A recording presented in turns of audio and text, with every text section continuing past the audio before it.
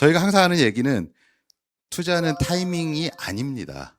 그리고 저는 타이밍을 모르겠습니다. 우리가 잘 아는 워렌 버핏이 자기 유언장에 썼죠. 내가 죽고 나면은 자산의 60%는 S&P 500 인덱스 펀드에 묻어라. 자, 이번 세션은요, 미래에셋 자산운용 ETF 운용 부문 이정환 상무님께서 준비해주고 계십니다. 주제는 달러, 원화, 금, 주식, ETF로 분산하라인데요. 어떤 또 좋은 정보들을 들려줄지 기대가 됩니다. 우리 연사님을 뜨거운 박수로 맞아주시기 바랍니다.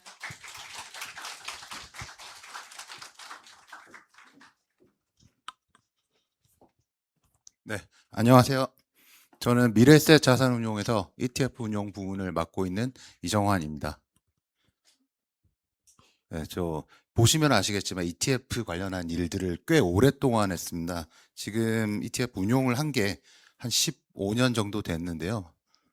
지금 사실 ETF가 이렇게 인기를 끌고 있는데 많은 분들이 투자하실 때 ETF를 고려하시고 또 지금도 많이 쓰고 계신다는 거 알고 있습니다.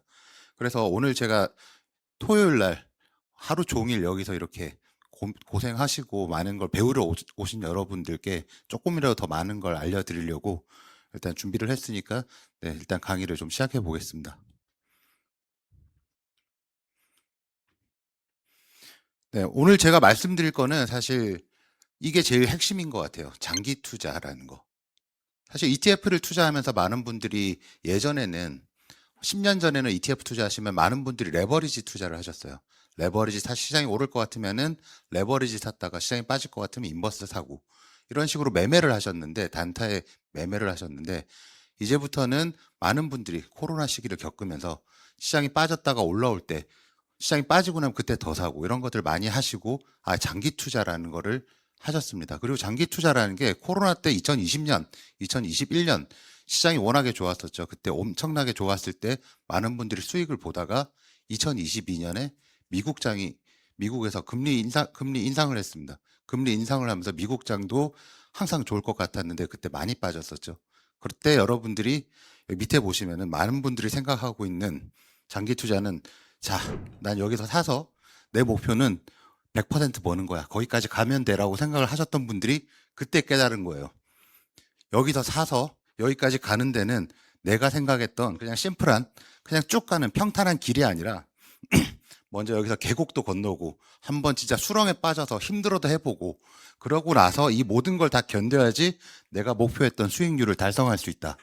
이것을 깨달으시고 지금 오히려 더 많은 분들이 올해 트럼프가 미중 간 무역 분쟁 이런 것들이 계속 발생했을 때도 시장은 한때 흔들렸습니다. 4월달, 3월달 흔들렸을 때도 ETF를 통해서 더 많은 분들이 장기 투자를 하고 계시고 이런 식으로 지금 장기 투자에 대한 많은 분들이 하고 계신 것을 저는 오늘 이 자리에서 여러분들께 ETF를 활용하면은 어떻게 장기 투자를 할 수 있는지 그 부분을 중심적으로 설명드리고자 합니다.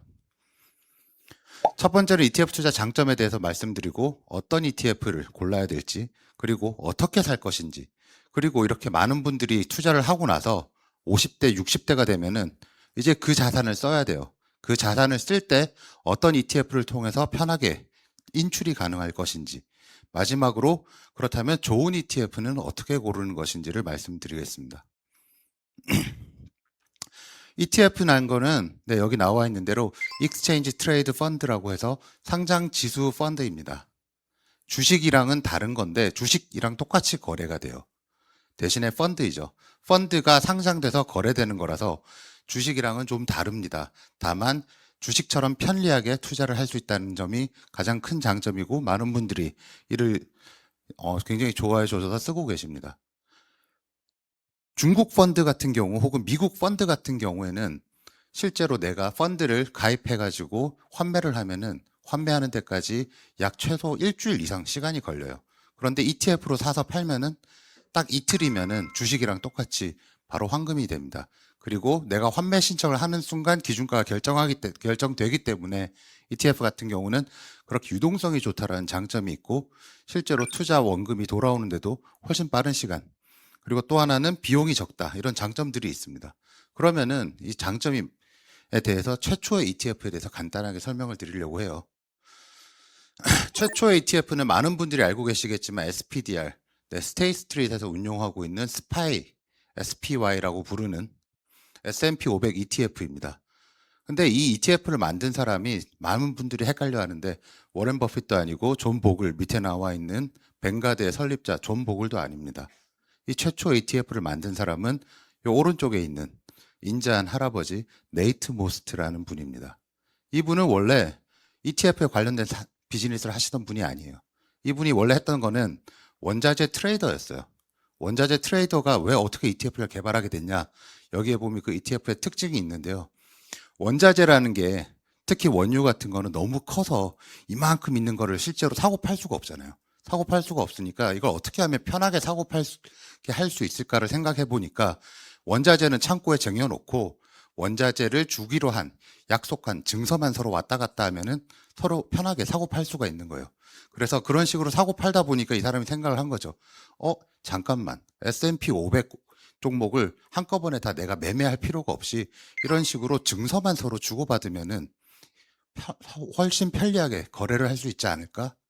그래서 만들어진 게 바로 S&P 500을 창고에다 넣어놓고 은행에다 보관을 해놓고 주식들을 그걸 증서를 발행해서 투자자들한테 뿌리면은 투자를 할 수 있게끔 하면은 이게 바로 ETF가 된 겁니다. 그래서 지금의 ETF는 이 개념에서 모든 게 다 시작을 합니다.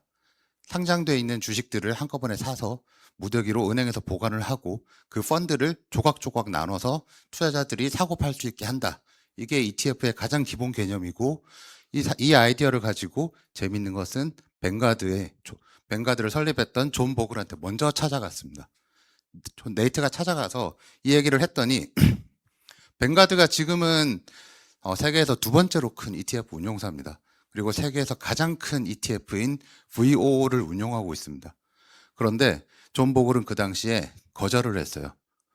자기의 철학은 장기 투자인데 이런 식으로 S&P 500 주식들을 쉽게 거래할 수 있게 만들어버리면 투자자들이 장기 투자보다는 단기 투자를 할 것 같다. 라는 이유로 거절을 하고 나서 나중에 존 보글이 내 생각이 틀렸다. 우리도 ETF를 해야 된다고 해서 뱅가드가 빠르게 커질 수가 있었던 것 같습니다. 그러면 ETF 투자의 장점에 대해서 말씀을 드리면 항상 첫 번째 드리는 말씀이 지금은 많은 ETF들이 액티브 ETF들이 나오고 있고 한데 기본적으로 이제 저희는 패시브 위주로 하기 때문에 패시브 투자의 장점에 대해서 먼저 말씀을 드리려고 합니다. 지수 투자, 패시브 투자는 결국 지수를 투자하는 것과 똑같은데 이 지수 투자가 가장 좋은 이유는 장기적으로 어떠한 정말 잘하는 액티브 운용력도 장기적으로 지수를 이기기는 너무 힘듭니다. 네, 조금만 꺼지면 할까요?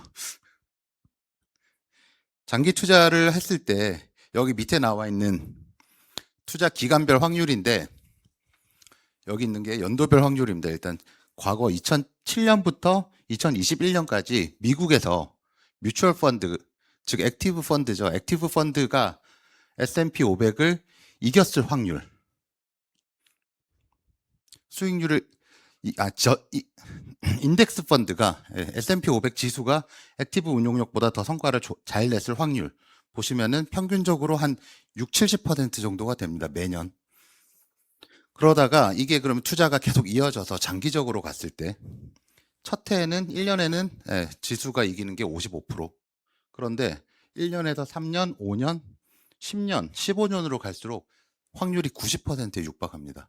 인덱스 펀드에 투자하면은 항상 상위 10%의 성과를 얻을 수 있다는 얘기가 되는 거예요. 그래서 우리가 잘 아는 워렌 버핏이 자기 유언장에 썼죠. 내가 죽고 나면은 자산의 60%는 S&P 500 인덱스 펀드에 묻어라. 그렇게 한 이유가 장기적으로 투자를 했을 경우에 S&P 500 인덱스를 이기는 게 사실상 불가능하다는 것을 알고 있기 때문입니다. 이런 식으로 장기 투자에 대해서는 지수 투자가 훨씬 더 유리하다. 왜 유리할까요? 여기 보시면은 최적화되어 있는 이유가 첫 번째는 소액으로 분산 투자가 가능한데 두 번째, 비용 효율적인 투자가 가능합니다. 지금 미국에 상장되어 있는 VOO 혹은 IVV 이 상품들의 총 보수율이 얼마인지 혹시 아시는 분 있나요? 네, 1년에 0.03%입니다. 그러면 국내에 상장돼 있는 S&P 500 ETF들은 투자자들이 총 부담하는 비율 기준으로는 1년에 0.11%입니다. 그럼 반대로 액티브 펀드는 얼마나 될까요? 똑같이 S&P 500 지수를 S&P 500 지수와 비슷한 성격의 액티브 펀드들은 1년에 1.8% 정도 됩니다. 국내에선 1.5%에서 1.8% 사이인데 그 비용 차이가 국내 투자자들한테는 1년에 1.4% 정도가 나오는 거예요. 그러면은 항상 액티브 매니저들이 1.4% 이상을 지수를 아웃퍼폼을 해야지 되는 건데 매년 이걸 꾸준히 1.4% 이상 아웃퍼폼 하기가 사실 쉽지가 않습니다. 그렇기 때문에 비용 효율적으로 장기 투자를 할 경우 ETF가 가장 효율적인 수단이 될 수 있는 거고요. 또 하나 소액으로 분산 투자 가능하다는 거는 지금 저희 타이거 미국 S&P 500 ETF가 약 25,000원입니다. 한 주가 25,000원 정도인데 25,000원이면 S&P 500 기업들 지금 종목으로는 505개가 되는데 그 종목들을 모두 투자할 수가 있는 겁니다. 쉽게 비용 효율적으로 투자할 수 있는 수단이 ETF인 거고, 그렇다면 그렇게 좋은 ETF에 대해서 간단하게 읽는 법, ETF는 종목명을 보면 많은 걸 알 수가 있습니다. ETF에 제가 조금 전에 말씀드렸던 먼저 국내 상장 ETF와 해외 상장 ETF 두 가지에 대해서 말씀을 드리려고 하는데요. 국내 상장 ETF가 조금 더 읽기가 편하십니다. 자, 국내 상장 ETF 대표적인 게 타이거 미국 S&P 500 ETF를 말씀을 드리면은 제일 앞에 있는 타이거라던가 아니면 뭐 다른 회사 같은 경우에 에이스도 있고 라이즈도 있고 많은 회사들이 있습니다. 그럼 이 타이거라는 것은 지금 이건 안 나오니까 ETF의 브랜드를 얘기합니다. 타이거는 미래에셋 자산 운용이 운용하는 ETF 브랜드인 거고요. 그 다음에는 투자 지역과 투자 국가 그리고 투자 대상 인덱스 등이 나와 있습니다. 그래서 타이거 미국 S&P 500을 하면은 미래에셋이 운용하는 미국 S&P 500 지수에 투자하는 ETF. 그러면은 요 뒤에 비슷한데 약간 다른 타이거 미국 나스닥 100 괄호 열고 H가 있어요. 자, 브랜드라고 했죠. 브랜드고 투자 대상 국가가 미국 나스닥 100. 나스닥 100에 투자하는 건 다들 아실 겁니다.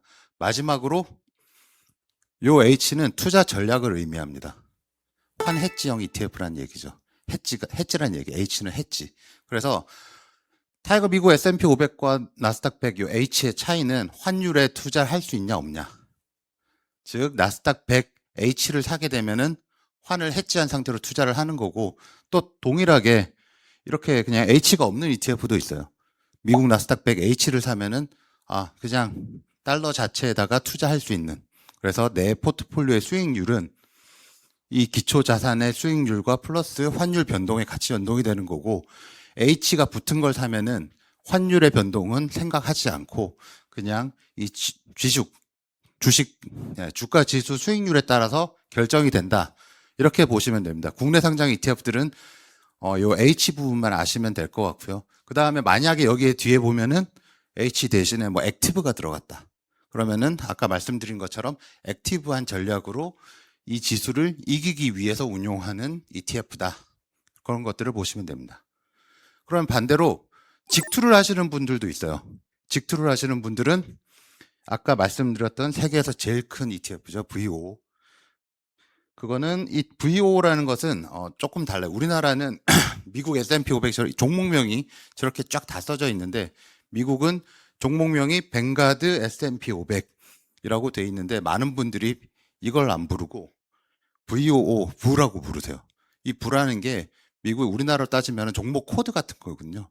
근데 코드인데 얘네는 다 영어로 써놓고 투자자들한테 조금 더 친숙하게 합니다.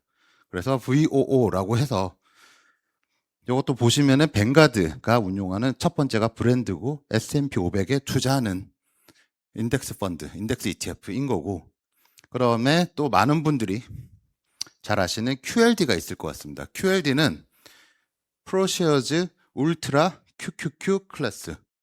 혹시 QQQ라는 ETF 아시는 분? 네, QQQ가 나스닥 100 맞습니다. 그러면은 QQQ라는 ETF가 원래 상장돼 있는데 요거랑 그거에 대해서 워낙에 유명하다 보니까 나스닥 100을 여기다 그냥 쓴 거예요. 그래서 나스닥 100의 레버리지다. 그래서 QLD라는 상품이 있습니다. 뭐 참고로 여기다가 하나 더 하면은 QLD 말고 TQQ라는 상품도 있어요. TQQ는 트리플 3배. 3배 레버리지는 그래서 TQQ 이런 식으로 씁니다. 그래서 이런 미국에 상장되어 있는 직투하는 ETF들은 티커인 QLD 혹은 VOO, SPY, IVB 이런 식으로 늘 많이 하고 있습니다. 국내 상장 ETF, 해외 상장 ETF 두 가지를 말씀드렸는데 차이점이 있습니다. 먼저 국내 상장 ETF와 해외 상장 ETF의 가장 큰 차이는 세금 차이가 납니다. 국내에 상장되어 있는 국내 주식형, 즉 타이거 200, 타이거 코스닥 150 이런 국내 주식형 ETF들은 매매 차익에 대해서는 비과세입니다. 그래서 일반 계좌에서 투자하는 거 근거로 말씀드리는 건데요. 일반 계좌에서 투자를 하시면 됩니다. 대신에 주식과 똑같이 배당금, 분배금을 받는 경우에는 15.4% 세금을 내게 돼 있어요. 국내 주식형은 비과세 처리되고 매매 차익은 비과세, 그다음에 배당 소득세 15.4%가 나오는데 타이거 미국 S&P 500 같은 해외 주식형 ETF의 경우에는 매매 차익에 대해서도 배당 소득세 15.4%를 냅니다. 그리고 아까 말씀드렸던 VOO를 통해서 해외 계좌에서 바로 직투를 하시면은 매매 차익에 대해서 22% 양도소득세를 냅니다. 그러면은 세금이 더 낮으니까 국내 상장된 거 하는 게 더 유리한 거 아니야? 생각하시는 분들도 있어요. 실제로 금액이 적은 분들은 그렇게 하시는 게 더 유리합니다. 다만 해외 직투를 하면은 양도소득세이기 때문에 250만 원 기본 공제를 받고 2천만 원이 내 수익이 2천만 원 넘어가더라도 아무런 문제가 없어요. 그런데 국내 상장 해외 ETF를 내 일반 계좌에서 매매를 하게 되면은 2천만 원이 넘어가는 순간 종합과세 될 수 있습니다. 종합과세 되면은 ISA 계좌도 못 만들게 되고 그다음에 건보료도 올라가고 다양한 이슈들이 발생할 수가 있으니까 이러한 부분들은 항상 주의하셔야 되고, 그런데 왜 우리나라 해외 ETF를 이렇게 많이 할까요? 일반 계좌에서 하면은 좀 불리함이 있는데 일반 계좌가 아니라 이제 여기서부터 ISA, 개인연금, IRP, DC 이 연금 계좌에서 이 ETF들을 하시게 되면은 굉장히 파워풀해집니다. ISA, 개인연금, 그리고 IRP, DC 이런 계좌에서 하면은 연간 납입 한도 1,800만 원, 그리고 세액 공제는 900만 원을 일단 받고 시작하고요. 동시에 이 안에서 발생하는 세금들은 다 이연이 됩니다.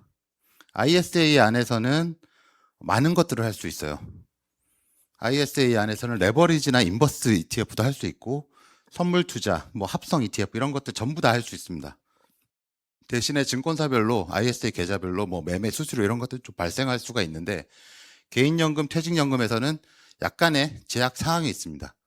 개인연금 안에서는 위험자산에 대한 투자 한도 제한은 없지만 퇴직연금, DC나 IRP에서는 항상 위험자산 70%까지만 할 수 있고 30%는 안전자산으로 채워야 되는 그런 한도가 있고요. 레버리지 인버스 역시 이 연금의 성격상 투자가 안 됩니다.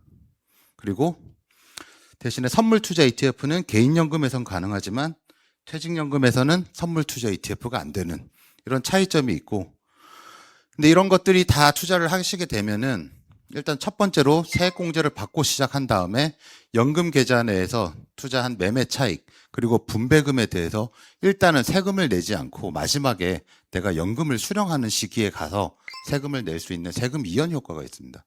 그래서 연금 계좌에서 이 ETF들 적극적으로 활용하시라고 말씀을 드리고 있습니다.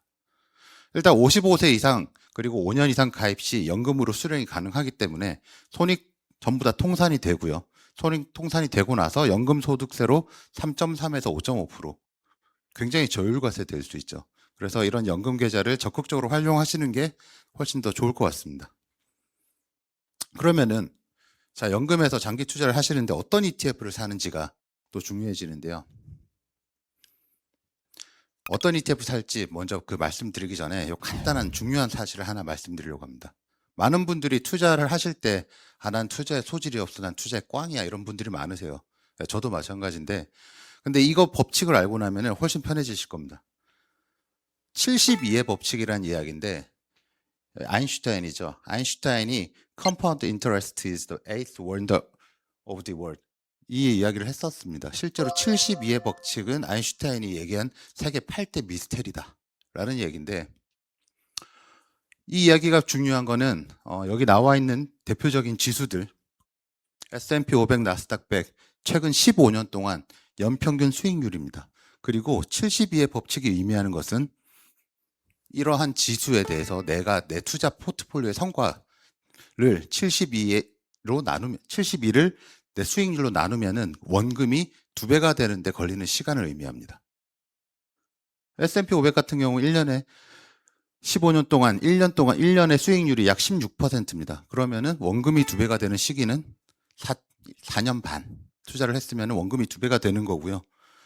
나스닥 100 같은 경우는 수익률이 더 좋았어요. 20%가 넘었어요. 그러면은 3년 반 투자하면은 내가 처음에 1억 넣었던 게 3년 반 전에 넣어놓은 돈이 지금 와서는 2억이 돼 있다.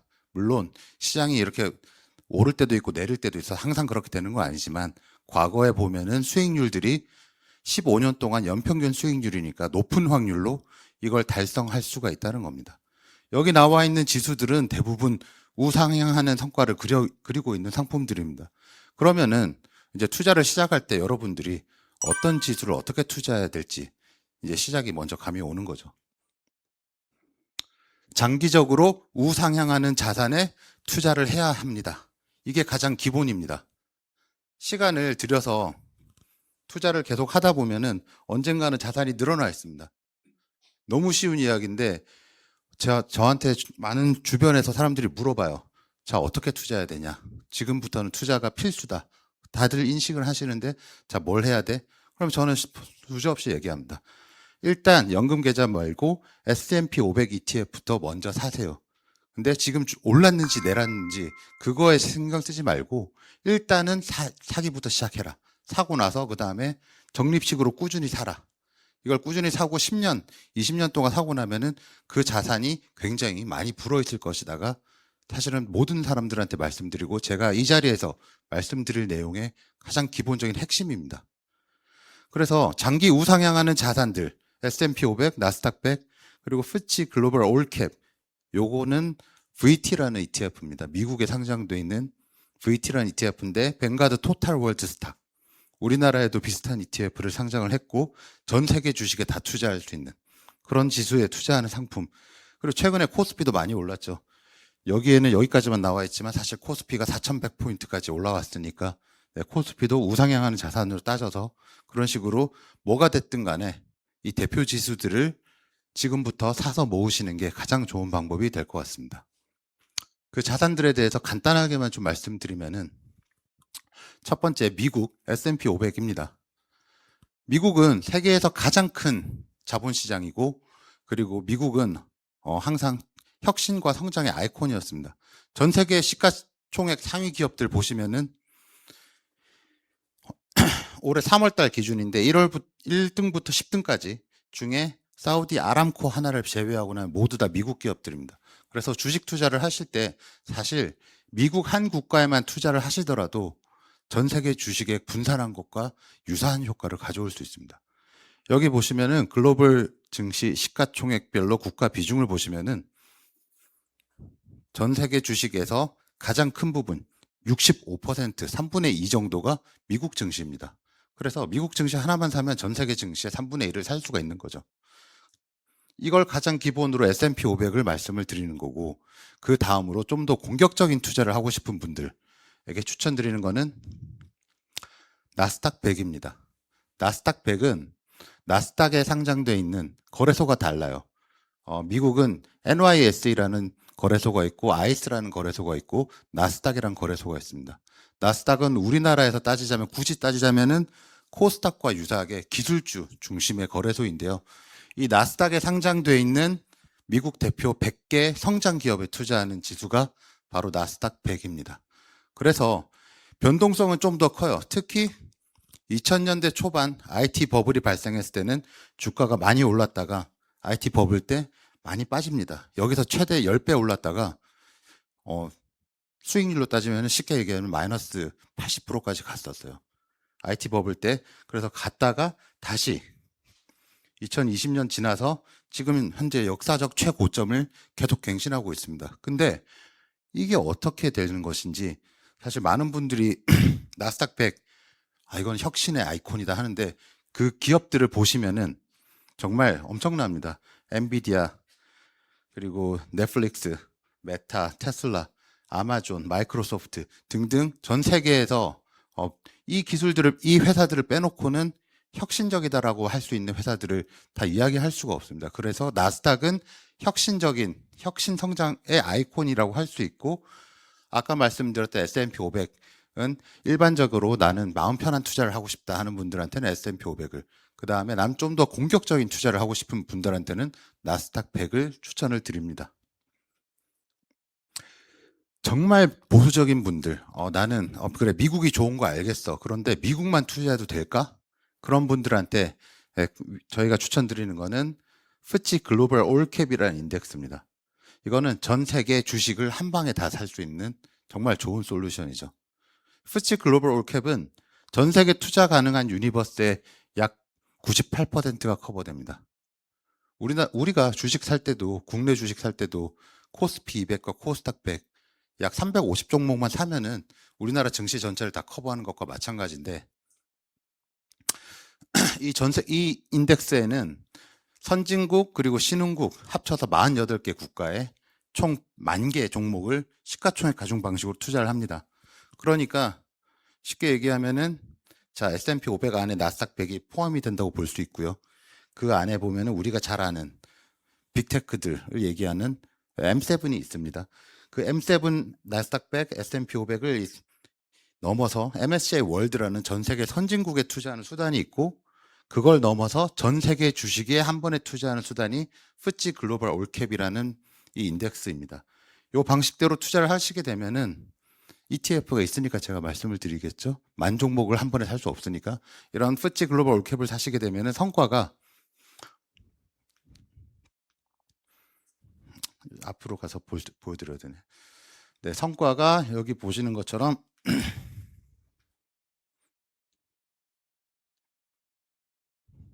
FTSE 글로벌 올캡은 장기 성과가 굉장히 좋습니다. 뭐 지금이야 미국이 워낙에 성과가 좋았기 때문에 5년, 10년 보면은 미국만 투자한 게 더 좋을 수 있죠. 근데 20년, 25년 가면은 미국 투자한 거에 못지않게 거기다가 변동성이 훨씬 낮게 투자할 수 있는 방법입니다. 일단 글로벌 경제가 뭐 큰 이유 없이 갑자기 하락하진 않을 거니까 글로벌 전체 주식을 한 방에 살 수 있는 좋은 방법으로 FTSE 글로벌 올캡을 말씀드리고요. 그리고 최근 1년 동안 보시면은 S&P 500보다 오히려 더 성과가 좋습니다. 올해 1년 동안은 미국보다는 사실 미국을 제외한 나머지 국가들의 증시가 더 좋았었거든요. 그런 거 감안하시면은 지금에는 이런 FTSE 글로벌 올캡을 한번 분산해서 투자해 보시는 것도 좋은 방법이 될 수가 있을 것 같습니다. 그리고 국내 주식은 어떻게 접근을 해야 되냐? 국내 주식도 일단 기본은 마찬가지입니다. 코스피 200, 그리고 코스닥 150 이런 식의 대형주, 그리고 시장 대표 지수에 투자를 하셔야 되는데요. 또 하나 중요한 게, 저는 국장 같은 경우 밸류업의 키가 배당 투자라고 생각을 하고 있습니다. 국내 주식 쪽 배당이 왜 이렇게 중요하냐면은, 사실 뭐 정치적인 이야기를 하는 건 아니고 지난 정권에서도 그랬고 이번 정권에서 그렇고 항상 밸류업 관련된 이야기, 국내 증시에 대해서 증시를 살려야 된다 얘기를 많이 하고 있습니다. 그리고 작년에 나왔었던 밸류업 지수에서 방법론 보시면 결국 배당을 권장하는 형태로 갔는데, 일단은 주주 환원 확대에 따른 코스피가 다시 올라오는, 코스피 뭐 PBR 1배를 만들겠다 얘기를 하고 있는데, 그게 가장 근저에 깔려 있는 것들은 이러한 내용들입니다. 일단은 이 PBR이 1배가 되기 위해서 계속 배당을 하면은, 투자자들한테 배당을 적당한 수준에서 배당을 하면은 장기 투자자가 유입이 됩니다. 장기 투자자가 유입이 되면은 일단 기업들의 경영 환경이 안정적으로 되고, 또 하나 자본시장의 신뢰가 유지가 됩니다. 이렇게 자본시장 신뢰가 유지되면은 이 상장돼 있는 기업들의 자본 조달 비용이 최소화가 되고, 이 시장이 이런 식으로 시장이 돌아가면 결국은 다시 고배당 그리고 퀄리티가 향상되는 선순환이 만들어지게 됩니다. 이런 것들 때문에 항상 그 정권들은 계속 기업들의 배당을 장려하는 그런 형태를 취했었고요.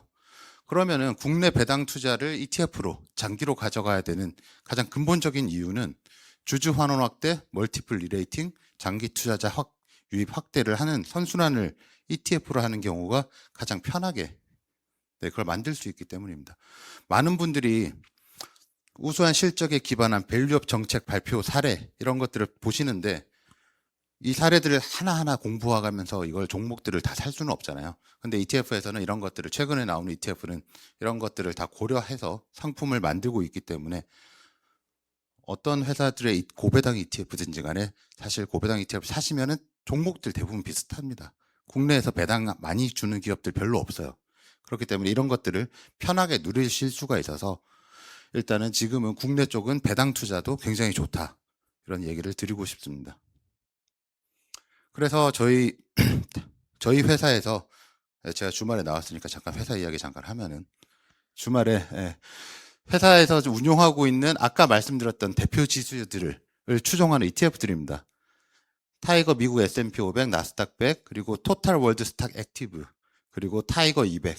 타이거 200 같은 경우는 코스피 200을 추종하고 S&P 500, 뭐 미국 나스닥 100은 다 환 노출형 ETF를 지금 추천을 드리는 겁니다.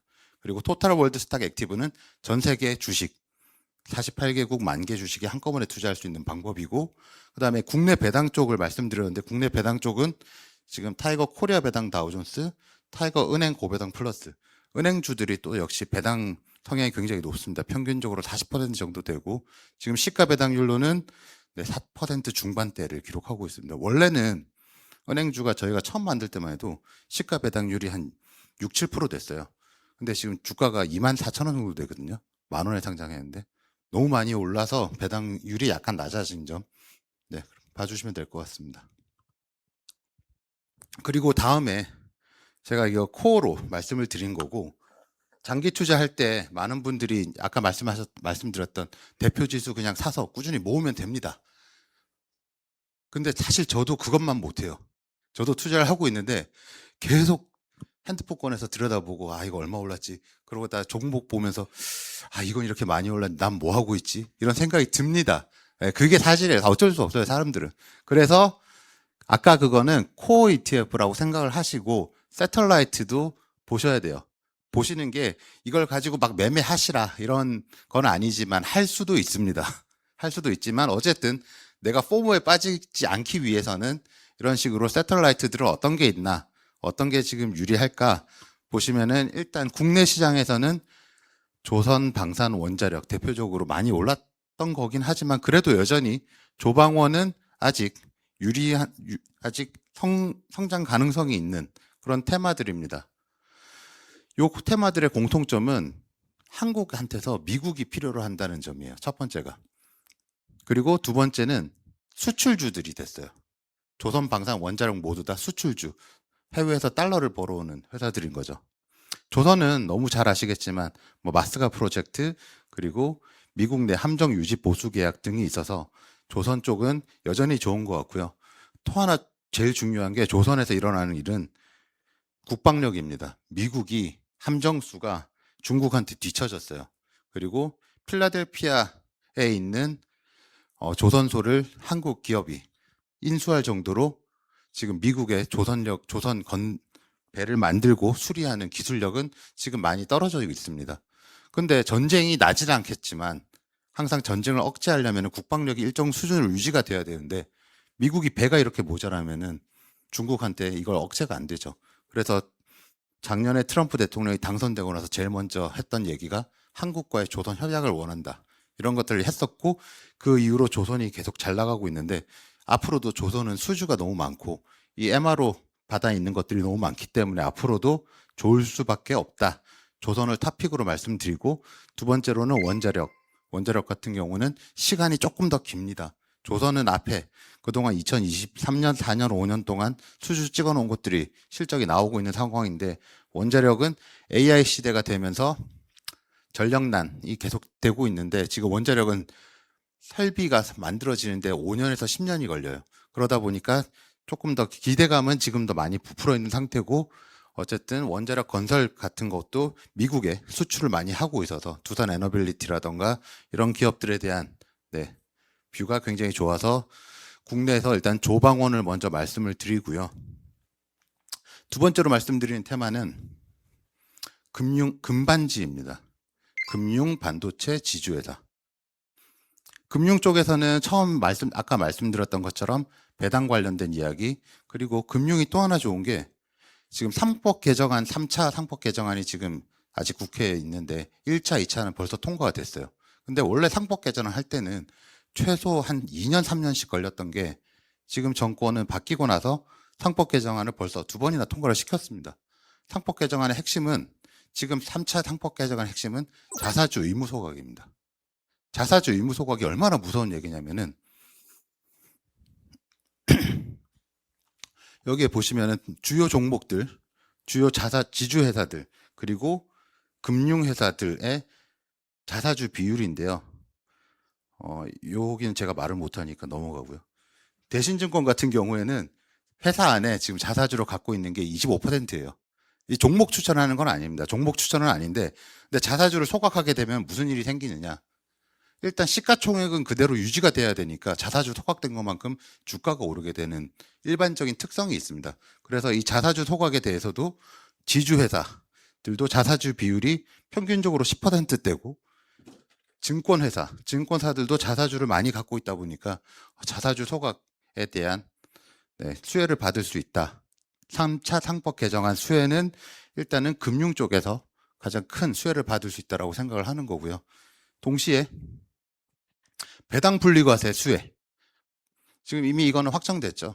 확정돼가지고 배당 분리과세가 하면은 지금 기업들 2가지 유형의 기업들한테 배당 분리과세를 줍니다. 첫 번째가 배당 우수 기업, 배당 성향 40% 이상인 기업들한테 그거에 대해서 그 기업들이 주는 주식, 그 기업들이 주는 배당에 대해서 하는 거고요. 아쉽게도 ETF를 통해서는 그게 안 됩니다. 이번에는 간접 투자는 빠졌어요. 그 종목들의 직접 배당만 여러분들이 분리과세 수혜를 받으실 수가 있고, 이거 아니면은 또 하나 배당이 꾸준히 우상향, 배당 성향이 증가한 기업들, 그래서 배당 성장 기업 그리고 배당 우수 기업 이렇게 2개 기업들에 대해서 배당 분리과세 수혜가 될 수 있습니다. 그리고 금융 다음에 금반지라고 했으니까 지주회사는 아까 말씀드린 자사주 소각이고요. 반도체가 또 하나 핵심인데 사실 우리나라 시장 자체가 좋으려면은 코스피 200이 좋으려면은 반도체, 삼성전자, SK하이닉스 2개 합치면 거의 45% 정도 됩니다. 반도체가 안 좋으면 우리나라 증시가 좋을 수가 없어요. 근데 다행히도 작년에도 그랬고, 올해도 그랬고, 내년에도 반도체는 계속 좋을 것 같습니다. 왜 그러냐? 일단, 엔비디아, 그리고 모든 기업들이 SK하이닉스에 와서 HBM을 사가고 있죠. 마이크론 얼마 전 실적 발표가 났는데, 마이크론 실적이 너무 좋았습니다. 깜짝 놀랐어요. 왜냐? 마이크론이 만들고 있는 HBM, 그리고 HBM만 우리나라에서 SK하이닉스, 삼성전자, 그리고 마이크론 이 3개가 전 세계 HBM의 90% 이상을 달성하고 있는데 그 회사들이 하도 HBM만 만들다 보니까 레거시 메모리라고 할 수 있는 일반 메모리, 그리고 SD 플래시 메모리 이런 것들이 점점 없어지고 있어요. 그래서 그 보유하고 있는 메모리들의 가격이 올라서 실적은 내년까지는 무조건 좋을 것 같고 내후년에도 여전히 좋을 수 있다. 그렇게 보고 있습니다. 그래서 일단 반도체도 같이 보시면 좋을 것 같고요. 그리고 또 하나 저희 강조드리고 싶은 게 중국입니다. 2025년 저희가 연초부터 미래에셋에서 사실 중국에 대해서 드라이브를 많이 걸었고 실제 상반기에는 성과가 되게 좋았다가 하반기부터는 약간 흔들하는 모습이었는데 그럼에도 불구하고 지금 2026년에도 차이나 테크에 일단 집중을 해볼 필요가 있다라고 말씀을 드리는 이유입니다. 첫 번째로는 얼마 전에 트럼프 대통령이 엔비디아한테 H200 반도체를 중국에 팔아도 된다라고 허락을 했어요. 그랬더니 중국에서 어떻게 한 줄 아세요? 필요 없다. 안 만들어도 된다. 우리가 만들어서 쓰겠다라고 한 거예요. 그러면 식으로 일단 기술 자립에 대한 중국의 역할이 굉장히 크고 중국 내에서도 기술 자립에 대한 열정이 굉장히 크게 이루어지고 있습니다. 그거를 대표적으로 보고 있는 게 올해 초에 있었던 딥시크 모먼트 이런 것도 보시면은 딥시크 같은 경우에 일단 AI 관련해서 산업들이 미국을 중심으로 돌아갔던 가장 큰 이유는 이 GPU 때문이죠. 반도체가 엔비디아가 만드는 반도체가 전부 다 엔비디아는 자기네 쿠다라는 생태계 안에서 이 반도체를 쓸 수 있게 만들어 놨습니다. 그러면은 모든 프로그래머들이 쿠다로 다 프로그램해서 이 GPU를 써서만 AI가 계속 발전을 해왔던 건데, 딥시크는 이걸 어떻게 했어요? 쿠다를 분해를 해서 쿠다를 못 쓰게 되니까 쿠다 안에 들어가는 거를 정말 하드 코딩해서 쿠다를, 중국판 쿠다 같은 걸 만들어서 딥시크가 만들었던 겁니다. 그런 식으로 기술력이 없으면 사람을 갈아 넣은 곳이 바로 중국입니다. 사람을 무한으로 갈아 넣고 있었어요. 아직은 미국 대비 훨씬 저렴한 인건비를 가진 중국의 우수한 인재들을 갈아 넣어서 이런 식으로 지금 기술력을 만들어내고 있어서, 일단은 혁신 기술 지원 그리고 기술 자립이 강조되고 있는 중국의 기술주 투자를 염두에 두시는 게 좋을 것 같습니다. 그래서 이제 말씀드렸던, 지금 회사 이야기 잠깐만 하면요. 조선방산원자력, 조방원은 저희 회사에도 조방원 라인업이 잘 갖춰져 있습니다. 그리고 두 번째로 금반지도, 금융에서는 타이거증권과 아까 말씀드렸었죠. 저희 은행 고배당 탑10 여기 빠져 있으니까 증권, 반도체, 지주회사, 금반지, 그리고 차이나 관련해서는 차이나 테크 탑10 그리고 차이나 휴머노이드 로봇까지 이렇게 종목들이 세틀라이트로 보시면 좋을 것 같은데, 이 세틀라이트의 공통적인 특징은 저희는 우상향할 수 있는 섹터라고 생각을 하는 겁니다. 우상향할 수 있는 섹터에 투자를 하시는 게 좋을 것 같다. 제가 이걸 말씀드린 이유가, 사실 단기적으로 세틀라이트에선 투자했다가 일정 수익 나면은 이제 팔기도 하고 막 그런 것들이 있을 수 있어요. 그런데 수익률이 안 나는 경우, 이런 경우에 이제 많은 분들이 고민을 하십니다. 이거 어떻게 해야 돼? 손절해야 되나? 다른 거 해야 되나? 하시는데, 그렇게 하셔도 되는데, 이거는 어지간하면 물려도 나중에 다시 올라올 확률들이 높은 섹터라고 보고 있어서 이런 것들을 말씀을 드립니다. 실제로 저도 중국 관련된 걸 투자를, 여기 있는 건 아니지만 저희 회사에 유명한 ETF가 있어요. 차이나 전기차라고.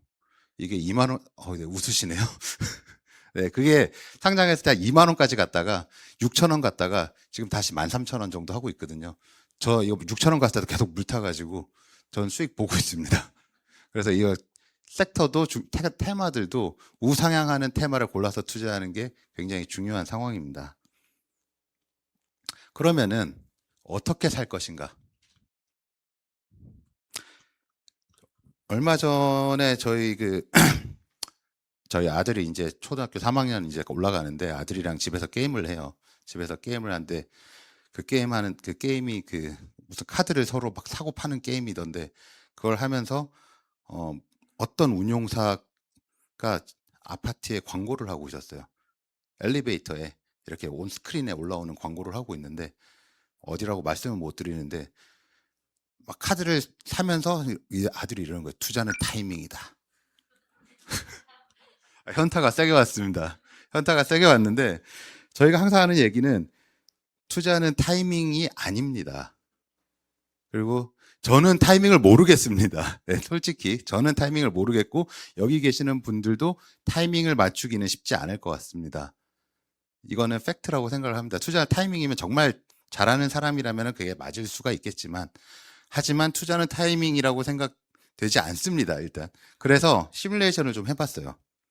투자는 타이밍이다. 이게 뭐냐면은, 미국 지수가 과거에 보면은 이렇게 쭉 오르다가 한 번씩 크게 내려가는 시기가 있어요. 블랙 먼데이가 있었고, 쿠웨이트 전쟁이 있었고, 닷컴 버블이 붕괴되는 시기가 있고, 글로벌 금융 위기, 그리고 코로나 위기, 이런 식으로 한 번씩 크게 떨어지는 시기가 있어서 기간을 6개로 나눠 놓고 하락률을 각각 30%에서 50% 정도, 이런 것들이 다 있는 시기를 다 묶어 놨습니다. 묶어 놓고 가상의 투자자 3명을 만들었어요.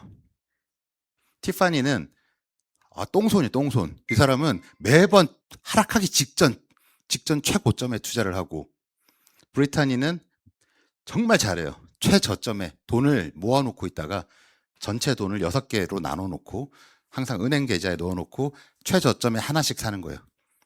하나씩 사는 거고, 세라는 저 같은 사람이에요. 잘 모르겠다. 그냥 적립식으로 계속 투자하자. 이렇게 3명이 시뮬레이션을 했더니 결과는 적립식으로 산 사람이 이겼습니다.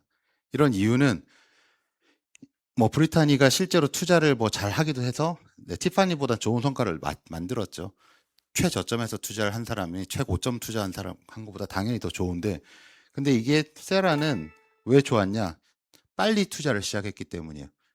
투자 원금 투자를 빨리빨리 시작을 해서, 브리타니는 사실 이게 언제 올지 모르는 하락장을 기다리면서 은행에다 돈을 보관해 놓고 있다가, 근데 세라는 그거를 은행에 안 기다리고 빨리빨리 집어넣으면서 시간을 산 거죠.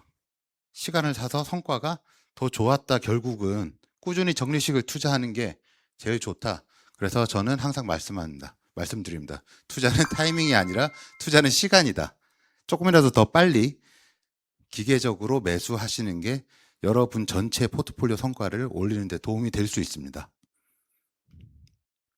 그리고 또 하나 중요한 그러면 살 때 어떤 포트폴리오로 사야 되냐? 여기 오늘 주제가 이제 그거였잖아요. 금, 달러, 원화, 주식에 분산 투자하라. 이 주제에 가장 맞는 포트폴리오인데요. 해리 브라운이라는 영국에 있던 유명한 투자가가 얘기했던 포트폴리오입니다. 영구 포트폴리오, 퍼머넌트 포트폴리오라는 건데, 어떠한 경제 상황에서라도 수익을 낼 수 있다고 해서 영구 포트폴리오라고 합니다. 근데 로직은 굉장히 쉬워요. 안에 이론적 배경을 보면은 뭐 금리가 오를 때, 경제가 안 좋을 때 이렇게 막 나눠놓고 다양하게 설명을 하거든요. 그런데 그것보다는 그냥 심플하게 이것만 이해하시면 될 것 같아요. 주식, 채권, 금, 그리고 현금까지 이 네 가지 자산을 4등분해서 그냥 25% 1년에 한 번씩 25%로 투자를 해라. 1년에 한 번씩만 리밸런싱 해주면은 영구 포트폴리오로 가장, 그러면은 이렇게 했더니 과거에 보면은 큰 하락 없이 연 7% 수준의 수익을 낼 수가 있습니다. 연 7%면은 아까 제가 72의 법칙에 의하면은 내 자산이 2배가 되는데 걸리는 시간은 10년. 10년 정도 투자하시면 자산이 2배가 될 수 있는 마법의 포트폴리오입니다.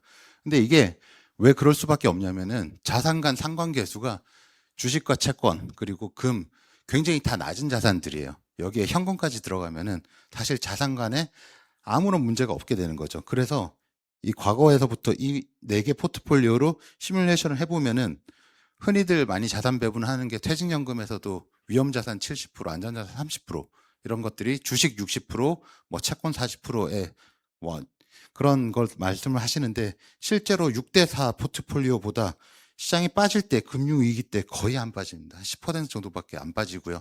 이런 것들을 MDD라고 하죠. 최고점에서 떨어지는 낙폭. MDD가 훨씬 적은 포트폴리오가 이 영구 포트폴리오입니다. 그리고 코로나 때도 금이랑 주식 그리고 채권, 현금까지 항상 같이 들고 있으니 코로나 때도 덜 빠지고, 관세 전쟁이 있을 때도 덜 빠지면서, 이 덜 빠진다는 것의 중요한 점은 장기 투자를 할 때 내 자산을 잃지 않는다.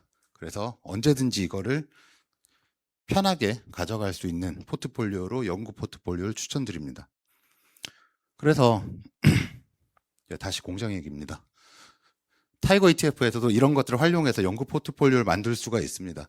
대표적으로 말씀드리는 건 아까 말씀드렸던 미국 S&P 500, 그리고 채권 같은 경우는 미국 투자 등급 회사채 액티브. 지금 채권이 국내보다는 미국 쪽이 좀 더 좋아 보여요. 국내 쪽은 금리 내리기가 쉽지가 않아 보여서 일단 미국 채권 쪽을 하는데, 여기 뒤에 보시면 H가 붙어 있죠. 그래서 환이 내리더라도 상관없습니다. 이거는 미국 금리 내리는 거에 대한 한국판 LQD라고 보시면 됩니다. 요거, 그리고 금 같은 경우는 KRX 금연물 ETF가 있고요. 그리고 현금은 여기서부터는 투자의 취향에 따라 갈리는데, 국내 머니마켓을 하시든가 아니면은 미국 초단기 이거 투자하시면 환에 놀려 있거든요. 환에 열려 있어요. 그래서 달러를 가져가는 것과 동일한 그런 효과가 있으니까, 달러 자산 아니면은 뭐 이런 달러를 원하시면은 미국 초단기 ETF를 하시고, 그게 원화로 가져가실 분들은 미국 이제 그냥 타이거 머니마켓 액티브 하시면은 원화에 노출이 될 수 있습니다. 이렇게 4가지 포트폴리오를 1년 후에 다시 25%씩 맞춰주시고 하시면은 영구 포트폴리오로서 손색이 없을 것 같습니다. 자, 여기까지가 자산을 이런 식으로 모았어요. 자산을 모아놓은 자산을 나중에 이제 내가 은퇴할 때가 돼서 꺼내 쓰려는데 많은 분들이 고민을 하시는 게 은퇴 후에 가장 무서운 거. 은퇴 생활자에는 일단은 내가 돈을 많이 모아놓은 것 같은데 혹은 내가 금융자산을 모아놨는데 이 금융자산을 모아놓은 게 조금씩 뺏어 써야 된다는 거죠. 은퇴하고 나서는. 그래서 저희가 마지막 입세 증후군이라고 저희는 이름을 붙였습니다. 마지막 입세 다들 아시죠? 마지막 입세에서는 자, 내가 이 입세가 떨어지면 나는 죽을 거야. 근데 내 계좌에 있는 주식들을 다 팔고 나면 막막합니다. 그래서 이런 것들을 겪지 않게 하려고 저희가 생각을 했던 게 어떻게 하면은 연금 계좌에 있는 자산을 투자자들이 팔지 않고 인출을 할 수 있을까? 그래서 나왔던 상품이 커버드 콜 ETF입니다. 많은 분들이 커버드 콜 ETF를 투자를 하고 계시는 걸로 알고 있어요. 커버드 콜 ETF를 많이 투자를 하고 계시는데 커버드 콜은 주식과 다릅니다. 주식은 배당을 주는 거지만 커버드 콜은 내가 오를 기회를 팔아서 주는 겁니다. 그래서 커버드 콜에 대해서 좀 말씀을 드리고자 합니다. 자, 커버드 콜은 이제 여러 가지 전략들이 있지만 제일 처음에 나왔던 커버드 콜은 여기 기존의 커버드 콜, 기초 자산을 매수하고 콜 옵션을 매도합니다. 여기서부터 이제 많은 분들이 힘들어하세요. 네, 많이 힘든 거 알아요. 근데 조금만 생각을 해보시면 됩니다. 기초 자산을 매수했으면은 자, 수익률이 오르면 나는 올라가야겠죠. 근데 콜 옵션이라는 거는 콜 옵션을 내가 콜 옵션을 사면은 이 기초 자산이 지금 현재 가격보다 높은 가격이 있으면 난 이득을 봅니다. 근데 콜 옵션을 매도를 했어요. 그럼 이 권리를 파는 거죠. 상승에 대한 권리를 파는 거예요. 그러면은 원래 내 수익률은 이렇게 돼야 되는 게 기초 자산 매수를 했으면은 근데 콜 옵션을 팔았어요. 콜 옵션을 팔면은 이 상승분을 못 먹는 거예요. 상승분을 못 먹게 돼서 이렇게 꺾이는 형태가 되는 거죠. 근데 이게 그래도 수익이 났네? 뭐지? 이게 옵션 프리미엄이란 겁니다. 옵션 프리미엄을 수치해서 이거를 여러분들한테 주는 게 커버드 콜 전략이었습니다.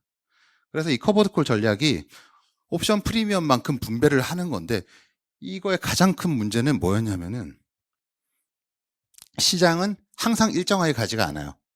오를 때도 있고 내릴 때도 있겠죠. 그러면 시장이 이렇게 잘 가다가 갑자기 뭐 금융위기가 온다든가 뭔가 이슈가 있어서 빠졌어. 빠지면은 이 빠지면 안 팔 거 아닙니다. 여기서도 똑같이 콜옵션을 팔아야 돼요. 콜옵션을 팔고 나면은 상승할 때는 뭐 티가 좀 덜 나는데 하락할 때 하락한 상태에서 팔아버리면은 주가 상승이 안 일어나죠. 못 하는 거죠. 그래서 커버드 콜 ETF들이 초창기에 나왔던 애들은 시장이 상승하거나 할 때는 뭐 큰 이슈가 없는데 하락하고 나서 상승을 못 쫓아가는 문제가 생기면서 많은 투자자들이 외면을 한 거예요. 나는 일정하게 계속 배당을 받는 거로 생각을 했는데 왜 내 돈 다 어디갔지? 다 녹았네? 가 돼버렸는데 지금부터 이제 말씀드릴 거는 커버드 콜 2.0이라고 해서 타겟 프리미엄 전략이 생겼습니다. 이거는 지수가 상승하는 거를 옵션을 조금만 팔기 시작한 거예요. 옵션을 다 팔지 않고 권리를 다 내주지 않고 나는 그래도 한 60, 70%는 상승할 때 따라갈 거야 라는 전략으로 바꾼 게 그래서 지수 상승을 60, 70% 수준에서 항상 참여할 수 있도록 만들어 놓은 게 타겟 커버드 콜 ETF입니다. 이런 식으로 이제 조금씩 전략이 변경이 되면서 지금 커버드 콜 ETF의 인기가 어마어마합니다. 어마어마한데 여기서 말씀드릴 게 이럴 거면 다 해결된 거 아니에요? 하는데 여전히 꼭 말씀드려야 되는 거는 어떠한 커버드 콜도 원지수를 이길 수가 없습니다. 이 커버드 콜에서 나온 분배금을 계속 재투자한다 손 치더라도 원지수는 절대 이길 수가 없다. 왜냐면은 콜옵션을 파는 거는 콜옵션은 항상 많은 투자자분들이 시장을 오를 거라 생각하지 않고 풋옵션은 프로텍션이라고 해서 풋옵션 같은 경우 반대죠. 시장이 빠질 때 돈을 버는 거거든요. 그거에 대한 거를 좀 더 높게 비용을 치고 시장이 상승하는 건 당연하다 생각해서 비용을 좀 더 낮게 칩니다. 결국은 콜옵션 가격은 항상 시장의 기대보다 조금 더 싸다. 그래서 콜옵션을 계속 파는 거는 어떻게 보면 조금 더 싸게 파는 것과 마찬가지이기 때문에 시장 상승에 대한 거는 장기적으로 모아가는 자산은 아닙니다. 인출을 위한 자산으로 커버드 콜을 생각을 하셔야 되고요. 커버드 콜 전략이 과거에는 한 달에 한 번씩 옵션을 파는 전략이 많았었어요. 그런데 위클리 옵션이 탄생을 했고 지금은 매일 옵션을 팝니다. 매일 팔면은 더 많이 팔아지는 거 아니에요? 아니죠. 비중을 훨씬 줄였어요. 이제는 매일 팔면은 옵션의 특징 중에 하나가 시간 가치라는 게 있거든요. 그래서 옵션의 특징은 만기가 얼마 남지 않았을 때 가장 변동성이 높은 특징을 지닙니다. 그래서 초단기로 파는 경우에는 옵션을 가장 적게 팔면서 이런 저희가 목표한 프리미엄을 만들어낼 수가 있기 때문에 이제는 가장 진화된 상품 같은 경우에는 타겟 데일리 커버드 콜이라는 형태가 만들어져 있습니다. 나스닥 100 같은 경우에는 저희가 약 10% 정도 옵션을 팔아서 시장을 90% 이상 추종하도록 만들어 놓은 상품이 연 15% 분배를 하면서 나스닥 100과 유사한 성과를 만들어내고 있는 상황입니다. 여기 말씀드린 거네요. 과거에 나왔던 100% 옵션 파는 거는 지수 성과를 그려놓으면 이렇게 됩니다. 나스닥 100과 엄청난 괴리가 벌어지는데 나스닥 100 데일리 커버드 콜 15% 프리미엄 주는 거는 지금 이런 식으로 쭉 쫓아가서 나스닥 100과 장기적으로 성과가 큰 차이가 없습니다. 근데 이게 좋은 거 아니에요? 여기다 15%는 포함이 되어 있습니다. 이 안에 15%가 포함이 되어 있는 거라서 아까 말씀드린 것처럼 어떠한 커버드 콜도 원지수를 이길 수 없다라는 게 여기에 나오는 겁니다. 이길 수는 없지만 그래도 유사하게는 쫓아가니까 그래도 커버드 콜을 쓰시려면은 이런 전략을 쓰시는 게 가장 유리하다 말씀드리고요. 커버드 콜 투자의 가장 큰 장점은 매월 1.25% 분배금을 받으면서도 내가 가지고 있는 ETF의 수량이 유지된다는 점입니다. 저희가 얘기하는 거는 사실 자가 배당이 가장 유리합니다. 내가 가지고 있는 주식을 조금씩 파는 게 제일 어떤 상황이 오더라도 제일 유리합니다. 비용도 효율적이고. 그런데 이런 식으로 자가 배당보다는 월분배 ETF를 쓰면은 일단은 여기 보시는 것처럼 매월 1.25% 자가 배당하는 경우에 시간이 지나면은 한 20년 지나면은 주식 수가 10분의 1로 줄어들어 있어요. 근데 커버드 콜 ETF는 그 주식 수를 그대로 유지하면서 이런 식으로 쓸 수 있으니까 이제 내가 현금을 인출해야 된다라는 시기에서는 이런 상품을 쓰시는 게 도움이 될 것 같습니다. 그리고 요거 잠깐 말씀드리면은 자산을 인출할 때 있어서 ETF 포트폴리오 예시입니다. 저희가 말씀드렸던 S&P 500, 나스닥 100 지수들이 다 있는데 해당 지수에 대한 타겟 데일리 커버드 콜 ETF들을 투자를 하시면은 최대 분배율 10%, 나스닥 100은 15% 이런 식으로 투자를 하실 수가 있고요. 먼슬리 옵션 같은 경우는 나스닥 100 커버드 콜 이거는 최대 분배율이 12%인데 이것보다는 사실은 이쪽 데일리 옵션 쪽을 더 추천을 드립니다. 그리고 국내 주식형에서는 월배당 ETF들이 꽤 많이 있는데요. 타이거 리츠 부동산 인프라, 그리고 은행 고배당 플러스 아까도 말씀드렸던 상품들, 그리고 코리아 배당 다우존스 이런 상품들은 각각 국내 주식형임에도 불구하고 5에서 8%까지 최대 분배를 할 수 있고, 그리고 마지막에 채권형 같은 경우는 CD금리 플러스 액티브라는 지수는 CD금리 수준에서 그걸 12로 나눠서 매달 동일한 금액을 분배를 드리고 있습니다. 이런 식으로 현금을 인출하실 때는 이런 ETF들을 쓰시면 좋을 것 같고요. 이제 제가 어지간한 방법들은 다 말씀드렸어요. 그러면은 지금 국내에 상장되어 있는 ETF가 1000개 정도, 1000개가 넘습니다. 이제 ETF 시장이 300조 가까이 되고요. ETF가 1000개가 넘는데 좋은 ETF 고르는 방법에 대해서 말씀을 드리고자 합니다. 일단 코어 ETF, 아까 말씀드린 대표 지수들은 가장 쉽습니다. 순자산이 크고 거래량이 많은 ETF를 고르시면은 일단 중간 이상은 무조건 합니다. 왜 이렇게 말씀드리냐? 코어 ETF는 가장 비중이 클 거잖아요. 코어 ETF들이 비중이 큰 거고, ETF 순자산과 거래 대금이 크면은 첫 번째로 내가 원하는 가격에 사고 팔기가 쉽습니다. 두 번째로 장기 투자 시 가장 중요한 투자자들의 실부담 비용이 감소합니다. 이거 뭐지? 왜냐하면 여기 나와 있죠. 원래 투자자분들이 보시는 게 총 보수를 얼마로 내렸다 막 이런 광고들 많이 보실 거예요. 저희도 많이 내니까.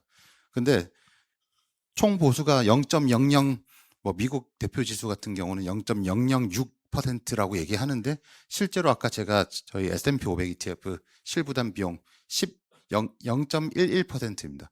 라고 말씀드린 게 차이가 뭐냐면은 투자자 실부담 비용은 총 보수 0.006% 더하기 기타 비용, 지수 사용료도 들어가야 되고요.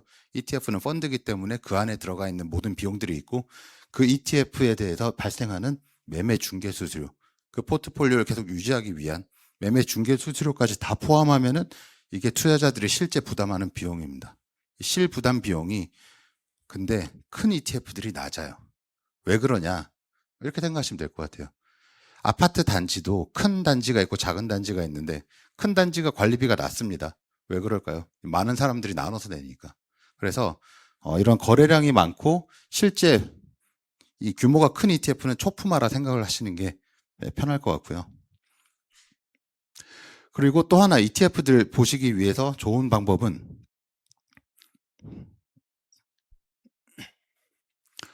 ETF를 보실 때 또 하나 중요한 이런 것들 어디서 알 수 있냐? ETF 체크라는 코스콤에서 공유하는 사이트가 있어요. ETF 체크 가셔서 PDF 구성 종목도 보실 수 있고 실부담 비용도 ETF별로 전부 다 검색이 가능합니다. ETF 체크 사이트에 가셔서 보시면은 일단 아까 말씀드린 코어 ETF의 그런 내용들 보실 수가 있고요.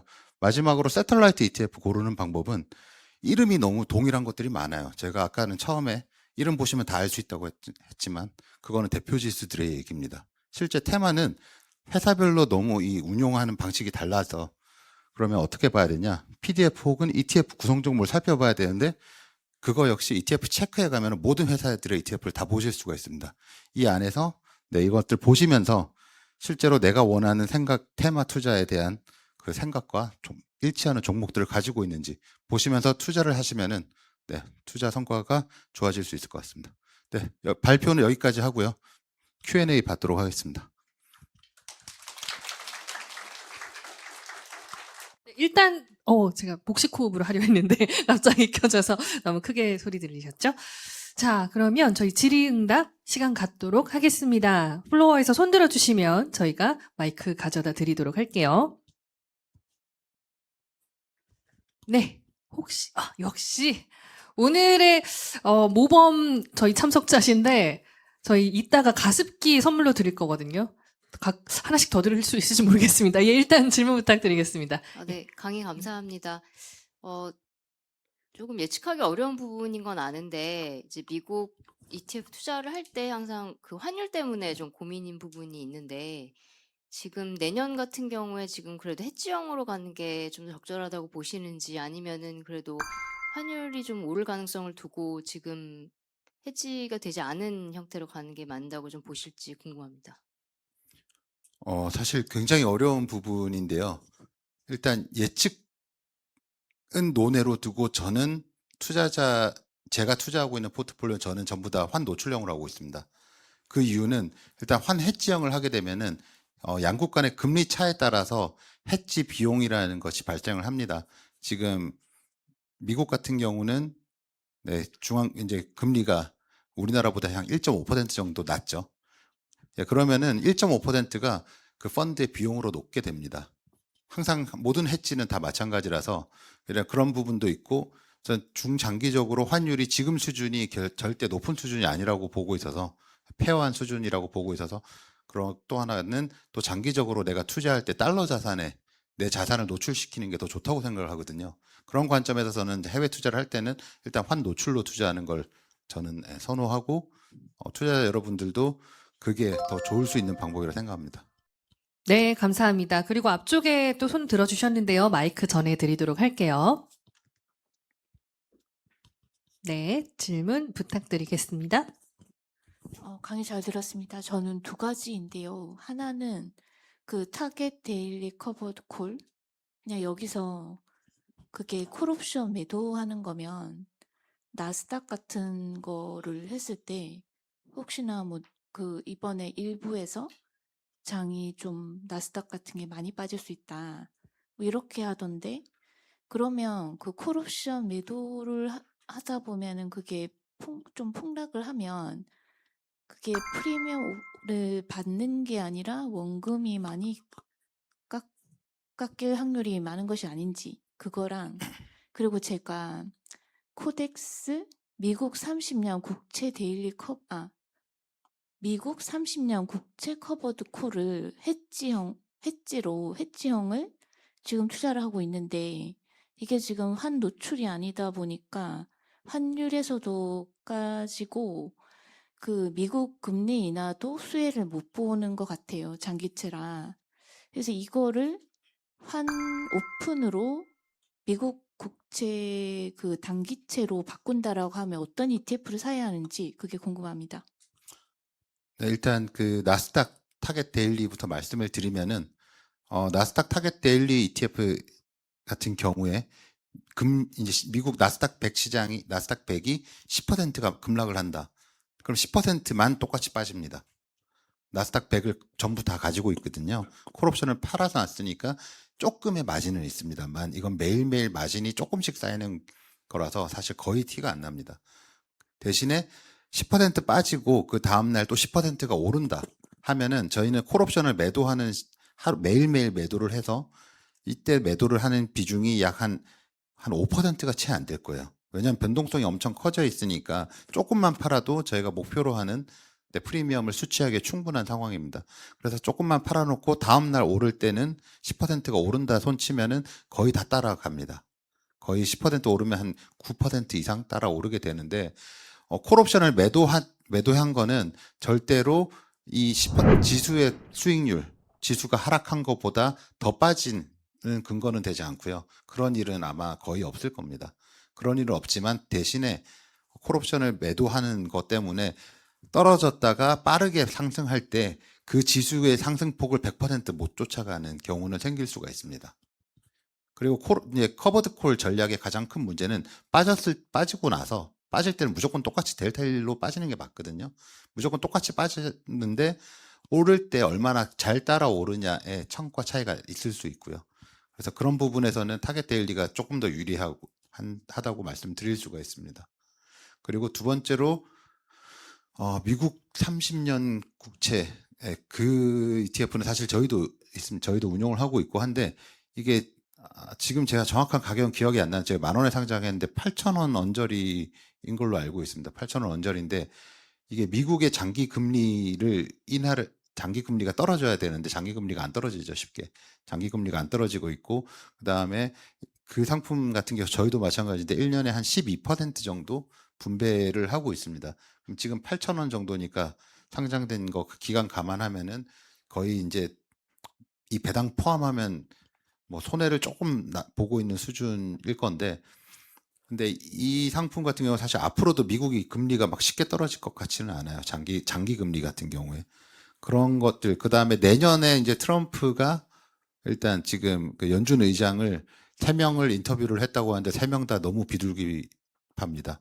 그래서 일단 단기 금리는 일단 빠르게 내려갈 거로 보고 있고요. 내년에 이제 연준 의장이 일단 비둘기파로 바뀌면서 단기 금리 일단 정책 금리는 내려갈 것 같아. 일단 그게 첫 번째고 그다음에 그러면 중장기 금리도 같이 따라서 내려갈 거고 장기 금리도 일정 부분 영향을 받을 수 있어서 일단 그런 부분은 조금 좋은 것 같고 근데 다만 이게 이 장기 금리 ETF들이 왜 환 해지형이냐면은 금리에 베팅하시는 분들이 사는 거였어요. 기본은. 금리 베팅하면서 금리가 언제 빠질지 모르기 때문에 일단 커버드 콜로 일단은 배당 받으면서 일단 버텨보자라는 전략이었는데 사실 금리가 이제 장기 금리가 너무 안 빠지다 보니까 지금은 좀 손해가 있으신 상황으로 보이고 지금 사실 손해를 많이 본 상황에서 이제 많이 보셨는지 어쩜 모르겠지만 이거를 미국의 단기 금리 ETF 환 노출된 거로 바꾸시려고 하시면은 추천드릴 수 있는 거는 저희가 아까 말씀드렸던 미국 초단기 1에서 3개월 ETF를 추천을 드립니다. 그 상품 같은 경우는 스고브라고 SGOV 미국에 상장되어 있는 것과 동일한 지수를 이제 쓰고 있는 ETF입니다. SGOV는 미국 국채 중에 3개월 미만 국채만 투자하는 상품이고 환에 오픈되어 있습니다. 그래서 환율이 오를 경우에는 그거에 대한 수혜도 받으실 수가 있어서 그걸 쓰시면 될 것 같습니다. 네, 이제 마무리하려 하는데요. 혹시 마지막 질문 두 분이 주셨는데 괜찮을까요? 이어가도 시간은 괜찮죠? 일단은 그러면 저희 마이크를 건네기 더 쉬운 분께 먼저 예, 남성분께 드렸고 이후에 저희 하얀 의상 입으신 여성분께 강의 잘 드리겠습니다. 들었습니다. 그 미국 금리가 10년물, 20년물, 30년물의 스프레드가 올해 가장 많이 벌어진 것 같습니다. 작년까지는 그래도 뭐 0.3이나 0.4, 0.5 정도로 근접해 있었다가 올해는 지금 금리 스프레드가 제가 생각할 때 거의 0.7, 0.6 이렇게 많이 벌어져 있는데 이 금리 스프레드가 내년에도 이렇게 많이 벌어질 가능성이 많겠습니까? 아니면 그 내년에는 금리 인하를 하면서 기준금리 인하해서 스프레드가 좁혀질 가능성이 많을 것 같다고 생각하십니까? 사실 제가 이제 금리 전문가는 아니라서 이거는 이제 어디까지나 지극히 개인적인 의견인데요. 저는 이제 그 금리 시장을 보면서 드는 생각이 사실 스프레드가 벌어진 거는 정책 금리는 사실 단기물에 영향을 주는 게 맞고요. 그다음에 장기 10년 이상, 30년까지는 대부분 이제 경제 매크로 상황에 영향을 많이 받는다고 알고 있습니다. 그리고 실제로 미국 같은 경우는 미국도 이제 경기가 막 그렇게 썩 좋지만은 않은 상황이라서 이 스프레드 차이는 어느 정도는 유지될 수 있다라고 생각은 하고요. 그래서 이제 뭐 30년, 10년, 20년, 30년으로 넘어갈수록 일단 그런 금리 플레이는 지금 현재로서는 썩 좋은 방법은 아니지 않을까. 네, 단기 금리는 일단 내려올 것 같은데 그런 생각입니다. 네, 그리고 바로 그 여성분께 마이크 드릴게요. 동시에 손을 들어 주셔가지고 우리 스태프분께서 다시 뒤로 가신 바람에 바로 질문 부탁드립니다. 네. 총 두 가지 질문이 있는데요. 첫 번째로는 그 발표하실 때 말씀하셨듯이 ETF 역사가 좀 꽤 길기도 하고 또 말씀하신 바와 같이 하지 않을 이유가 없는데 제가 느끼기엔 최근에 약간 올해 여름부터 많이 붐이 된 것 같다고 느꼈어요. 그렇게 된 이유가 좀 궁금하고 두 번째는 이제 일각에서는 이렇게 갑자기 붐이 되니까 나는 이제 빼야겠다 이러는 얘기도 있던데 그런 건 어떻게 해석하면 될지도 궁금합니다. 네, 그 ETF가 올 여름에도 그랬지만 제가 개인적으로 느끼기에는 ETF가 투자자분들에게 되게 가까이 다가간 거는 저는 코로나 때부터라고 생각을 해요. 코로나가 터지면서 많은 분들이 금융 위기 때 시장이 빠르게 반등하는 걸 보고 투자를 해야겠는데 투자를 하려고 갔는데 코로나 때 이제 여러분들 많이 겪으셨잖아요. 은행 가서 이거 펀드 가입하고 하는 게 되게 힘들었습니다. 그리고 증권사 가고 대면 자체가 아예 해당이 없다 보니까 사실 많은 분들이 그럼 온라인으로 할 수 있는 게 뭐가 있지 찾다가 뭐 유튜브 같은 데서도 ETF에 관련된 이야기가 많이 나오기 시작했고 그러면서 ETF가 조금씩 인기를 끌기 시작해서 2022년, 3년부터는 많은 투자자분들이 정말 ETF를 많이 사셨다. 참고 제가 왜 이렇게 말씀드리냐면은 작년에 ETF 2024년 개인 투자자 ETF 순매수가 20조였습니다. 올해 30조입니다. 그러니까 뭐 물론 말씀하신 대로 올해 여름에도 정말 뜨거웠지만 작년에도 뜨거웠고 2023년에는 그것보다 좀 못 미치는 숫자였지만 어쨌든 계속 꾸준히 뜨거웠던 상황이라서 그런 코로나 이후로 이제 많은 변화가 있었던 것 같고 ETF 시장에 대해서 뭐 이게 주식은 아니거든요. 주식처럼 거래가 되지만 이 ETF가 뜨거워서 자 이제 이 종목이 뜨거워졌으니까 이제 떨어질 때가 됐어라기보다 ETF는 전 개인적으로 아까 말씀드린 것처럼 S&P 500 이런 ETF들에 대해서 투자자분들이 계속 사고 있는 거라서 너무 편리하고 안 할 이유가 없고 투자자분들한테 유리한 상품이라 앞으로도 전 계속 많은 분들이 하실 거라 생각을 합니다. 그래서 지금 ETF 시장 자체에서 뭐 자금을 뺄 이유는 없을 것 같습니다.